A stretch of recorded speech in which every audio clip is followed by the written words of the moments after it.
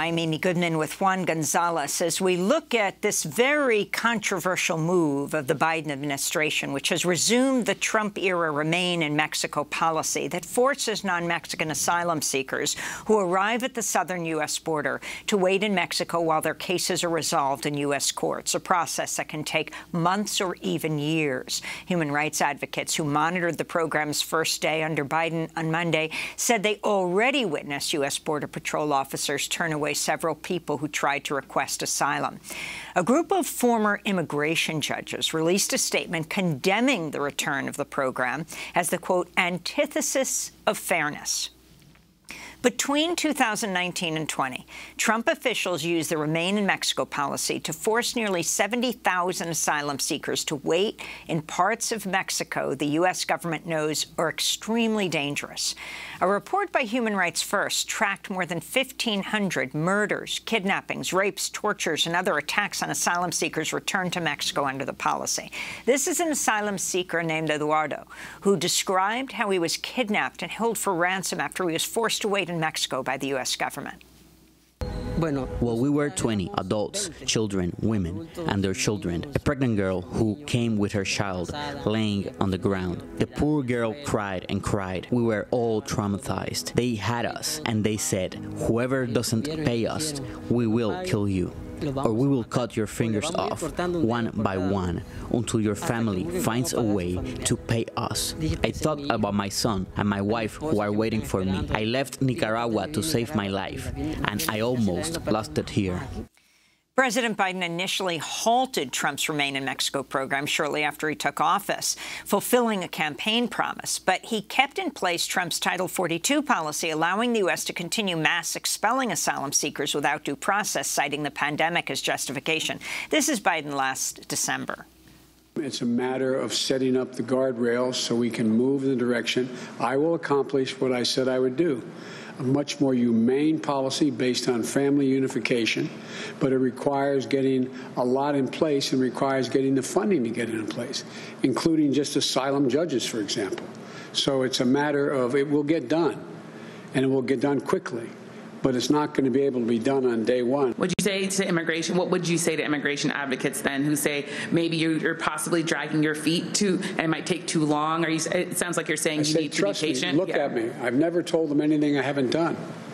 Now, the Biden administration says it has no choice but to reinstate the Remain in Mexico program, formerly known as MPP, or Migrant Protection Protocols, after a federal judge in Texas ordered the revival of the policy as part of a lawsuit brought by Texas and Missouri. But critics note Biden has not just restarted MPP, he's expanded it to include asylum seekers from the entire Western Hemisphere, including Haitians. For more, we're joined by Kennji Kizuka, Associate Director of Research and Analysis for Refugee Protection at Human Rights First. Welcome to Democracy Now! So the program, Kennji, just went into effect yesterday. The new Remain in Mexico program. Explain who's forced to stay in Mexico and the dangers that they face and what Biden can do about it. Thanks so much for having me, Amy. That's correct. The policy Remain in Mexico, which is officially called the Migrant Protection Protocols, but of course has nothing to do with protecting migrants and has everything to do with deterring people who are seeking protection from even attempting to seek asylum in the United States. It was officially relaunched yesterday, and this morning my colleagues are in Ciudad Juarez waiting for the first group of asylum seekers to be sent back to Mexico. As you noted, in its original iteration, the Trump administration used Remain in Mexico to return non-Mexican asylum seekers who were from Spanish-speaking countries and later also from Brazil. This new version that the Biden administration announced last week could return asylum seekers from anywhere in the Western Hemisphere. And of course, we understand that that means that the Biden administration is considering returning Haitian asylum seekers, among others, to Mexico to wait there for their asylum proceedings in what were, quite honestly, farcical immigration court hearings, as you noted from the immigration judges themselves.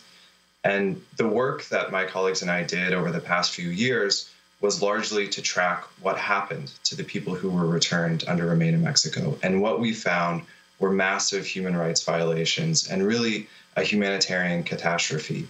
As you noted, we tracked more than 1,500 cases of kidnappings, rapes, torture, and unfortunately, 2 individuals that we know of lost their lives.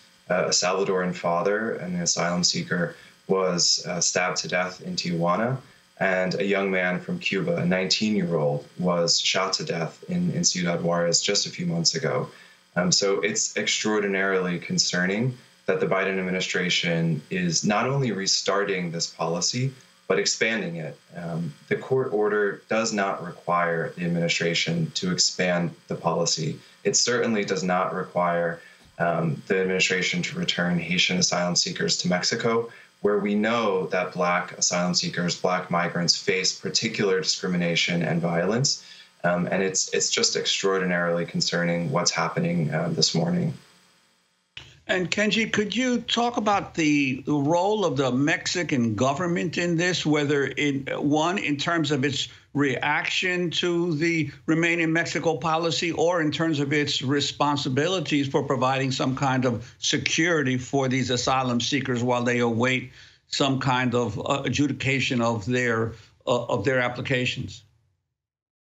The Mexican government is an integral part of the Remain in Mexico policy. It could not have been implemented the first time around, and it could not have been implemented in this version without the agreement of Mexican officials to allow asylum seekers to be sent back to Mexico. And the Mexican government has made certain assurances to the Biden administration that, for instance, transportation and housing security will be provided. But frankly, the Mexican government doesn't have the capacity or the will to ensure the safety of the people who are returned. Unfortunately, in the cases that we documented of people who were kidnapped, who were extorted, who were assaulted, Mexican officials, police, military, immigration officials were often complicit in those attacks, or at some points, themselves directly causing them. So it doesn't appear that the Biden administration can, through its cooperation, through its agreement with Mexico, guarantee the safety of the people who are returned. And we've already heard from some border cities, the mayor of Tijuana, for example, has said that the city is just not prepared to receive any more asylum seekers, in part because so many are already waiting in these border cities because the Biden administration has continued to use Title 42 to block asylum requests at ports of entry, and that's meant that many asylum seekers are waiting months and months for that initial opportunity to ask for asylum. So these shelters, they're just inundated with people. They have no capacity to take in more asylum seekers, and frankly, the shelters themselves aren't safe places either. We've documented many instances in which kidnappings, attacks, rapes have happened inside shelters or just outside them. There just isn't any way to safely or humanely implement this Remain in Mexico policy. And what are we talking about in terms of the size of the populations now that are in these encampments or shelters on the Mexican side of the border? During the presidential campaign, Dr. Jill Biden visited the encampment that had grown up in the city of Matamoros across from Brownsville. And at that point, there were maybe 2,000 people in that camp. And I think it led the Biden campaign, now Vice President Harris, to really condemn Remain in Mexico, to say publicly that it was inhumane and commit to ending it. Unfortunately, the Biden administration's policies, the use of Title 42, and now this Remain in Mexico restart have generated themselves these kinds of informal encampments. So we see a massive camp in Tijuana, another one in Reynosa, where thousands of people are sleeping outdoors in terrible conditions, exposed to the dangers of being kidnapped or raped, assaulted. We continue to track these instances, and actually in the last year alone, even without Remain in Mexico, with just this Title 42 policy in place, we've been able to track more than 7,000 of these attacks against asylum seekers who are stranded in Mexico. And we don't know how many people are going to be returned under Remain in Mexico this time around. But as you noted last time, there were 70,000 people who were placed in the program. and they had to wait for months and months for their hearings. And this, again, created a major humanitarian disaster because there were just so many people who were forced to remain in these dangerous places with really nowhere safe to go. So didn't a federal judge instruct the Biden administration to stop using Title 42, yet they are continuing? And also, we're not talking about Mexicans here, right? They can't stop Mexicans from coming in. These are non-Mexicans. The Remain in Mexico policy only applies to non-Mexican migrants and asylum seekers, but the Title 42 policy applies to anyone from anywhere in the world.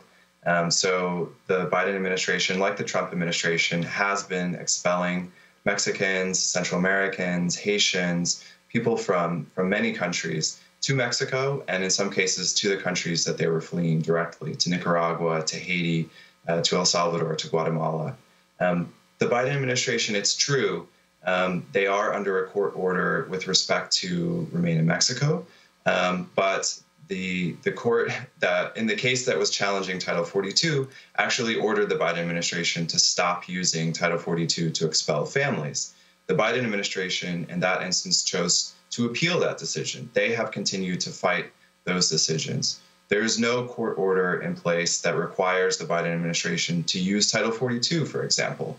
These are deliberate choices the administration has made to continue to block people from being able to request asylum at ports of entry, and they're using them to expel people to places where their lives are in danger. Kennji Kizuka, I want to thank you for being with us, Associate Director of Research and Analysis for Refugee Protection at Human Rights First. Coming up, we'll look at how the nation's first supervised drug injection sites have opened here in New York in a bid to fight the rise of overdose deaths. Stay with us.